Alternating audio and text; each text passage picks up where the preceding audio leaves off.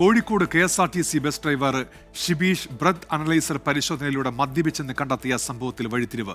KSRTC ആസ്ഥാനത്ത് നടത്തിയ പരിശോധനയിൽ ഹോമിയോ മരുന്ന് കഴിച്ചപ്പോൾ മദ്യപിച്ചതിന് തുല്യമായി ബ്രത്ത് അനലൈസർ റിസൾട്ട് നൽകി. ഇതോടെ ഷിബീഷിനെതിരെ നടപടി വേണ്ട എന്ന തീരുമാനത്തിലാണ് KSRTC. കഴിഞ്ഞ ദിവസം ഡ്യൂട്ടിക്കെത്തിയപ്പോഴായിരുന്നു മദ്യപിക്കാത്ത ഷിബീഷിനെ മദ്യപിച്ചതായി ബ്രത്ത് അനലൈസർ പരിശോധനയിൽ കണ്ടെത്തിയത്.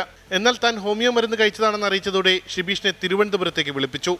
മെഡിക്കൽ ബോർഡിനും ED വിജിലൻസിനും മുന്നിൽ ഹാജരായ ഷിബീഷിനെ ഹോമിയോ മരുന്ന് കഴിക്കാതെ ആദ്യം പരിശോധിച്ചു.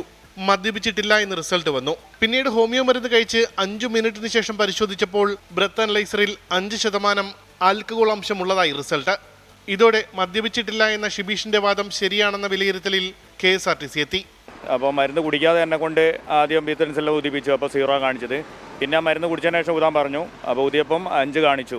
കണ്ടപ്പോൾ മനസ്സിലായി ഇത് മരുന്ന് കുടിച്ചിട്ട് തന്നെയാണ് വന്നത്, അല്ലാതെ മദ്യപിച്ചിട്ടല്ല എന്നുള്ളത് എനിക്ക് ബോധ്യപ്പെട്ടു. പല ഡിപ്പോകളിലും സമാനമായ സംഭവങ്ങൾ നടന്നിട്ടുണ്ടെന്ന് BMS നേതാവ്. നിരപരാധികളായ ആളുകളെ ക്രൂശിക്കുന്ന ഒരു സ്ഥിതിയാണ് ഇപ്പോൾ. ഇതുപോലൊരു സംഭവം ഇപ്പോൾ കഴിഞ്ഞ ദിവസം ഉണ്ടായിട്ടുണ്ട് മണ്ണാർക്കാട് ഡിപ്പോയിൽ. അയാൾക്ക് ആദ്യം മെഷീനിൽ വെച്ച് പരിശോധിച്ചപ്പോൾ 18 കാണിക്കുന്നു, രണ്ടാമത് പരിശോധിക്കുമ്പോൾ 28 കാണിക്കുന്നു. അയാൾ പറയുന്നു ഞാൻ മദ്യപിച്ച ആളല്ല എന്നുള്ളത്.